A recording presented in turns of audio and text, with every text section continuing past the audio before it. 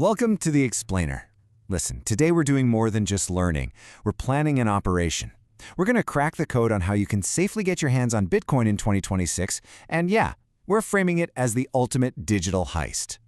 All right, first things first, let's scope out the target. With all the big institutional money flowing in, Bitcoin's price has rocketed past $150,000 this year. So the score is bigger than ever, and that means the stakes are way, way higher. So here's our mission briefing. We're breaking this whole thing down into 6 phases. We'll size up the target, pick our crew, figure out our disguise, lock in the plan, secure the vault, and finally, learn how to avoid the heat. Let's get into it. Okay, phase 1, the target. Why exactly is Bitcoin the score of a lifetime in 2026? We're going to look at why pretty much everyone, from regular folks to absolute financial giants like Fidelity, is scrambling to get a piece of the action. You have to understand the whole game has changed.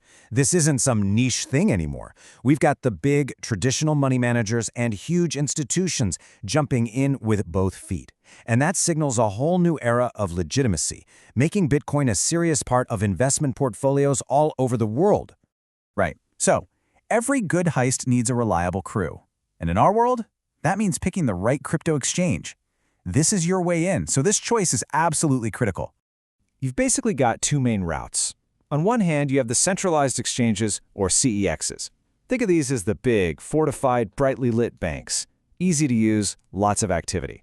On the other hand, you have the decentralized and peer-to-peer exchanges. This is the off-the-grid option, the one that prioritizes your privacy, and it's seeing a massive boom, especially in places across Asia. So here's the dossier on your potential crew members. You've got your US-regulated players like Coinbase, which are perfect for beginners who want top-notch security. Then, there are the global giants like Binance, offering just insane amounts of liquidity and features. And of course, for anyone who puts privacy first, you've got P2P options like Bisq, which are great for smaller, more anonymous trades. No matter which crew you decide to run with, the basic infiltration sequence is pretty much the same everywhere. You pick your exchange, you create an account, email, strong password, you verify your identity if you have to, and then you fund your account to get the operation rolling. Okay, next up, your disguise.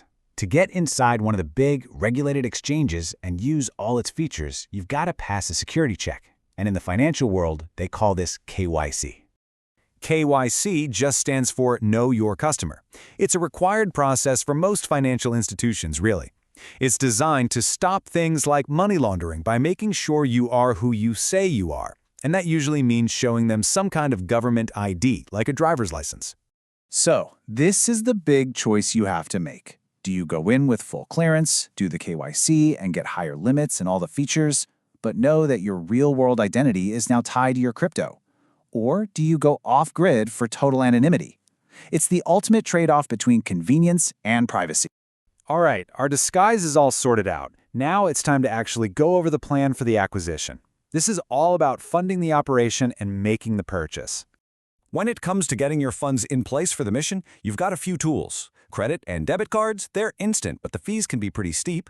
ACH bank transfers are way cheaper, but you'll have to wait a few days. And for the really big, heavy-duty moves, we're talking over $20,000, the wire transfer is your go-to option. So when it's go time, the simplest, most direct way to buy is with what's called a market order. You just find the page for Bitcoin, select market order, punch in how much you want to buy, double-check the details, and boom, you execute the plan. It's an instant purchase at the best price available right then and there. Okay, you did it. You've got the asset. The acquisition was a success. But now comes the most critical part of any heist, securing the vault and making a clean getaway. In crypto, that all comes down to choosing and managing your digital wallet. Look, think of it this way. A hot wallet is like your fast getaway car. It's online, it's convenient for daily use, but it's more exposed. A cold wallet, like a little hardware device from Ledger or Trezor, that's your impenetrable offline bunker. It offers the absolute maximum security for stashing your assets long-term. To keep that vault of yours locked down tight, this checklist is non-negotiable. First and foremost, your seed phrase. That is the master key to everything. You write it down, you hide it offline, and you never share it with anyone. And listen, for any large amount, a hardware wallet isn't a suggestion, it's essential. So the job isn't over just because you've secured the asset. Nope. Now you have to avoid the heat. And in 2026, that means staying off the radar of two major threats, the taxman and rival crews running some seriously sophisticated scams.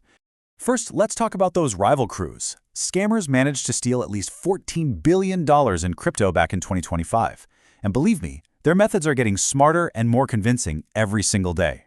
And here's what their modern playbook looks like. AI deepfakes, those super realistic fake videos of famous people, now make up a staggering 40% of high-value fraud.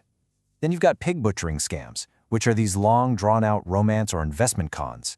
And of course, the classic rug pulls, where a project's creators just vanish with everyone's money. So here's the bottom line. Your best defense is being smart. These scams don't just hack technology, they hack human emotions. They prey on trust, on greed, on a sense of urgency. If anyone ever promises you guaranteed returns or pressures you to act fast, it is a trap. You have to verify everything. And then there's the other kind of heat, the tax authorities. In the US, the IRS has now officially rolled out mandatory tax reporting for crypto brokers. And trust me, this changes everything. This new form, the 1099-DA, means that for any transaction made in 2025 or later, U.S. exchanges have to report your crypto sales directly to the IRS. This makes keeping good records and paying your taxes absolutely essential. The days of flying under the radar are over. So we've laid out the entire blueprint, from sizing up the target to making the getaway and avoiding the heat. The plan is now in your hands. So the only question left is, are you ready to execute?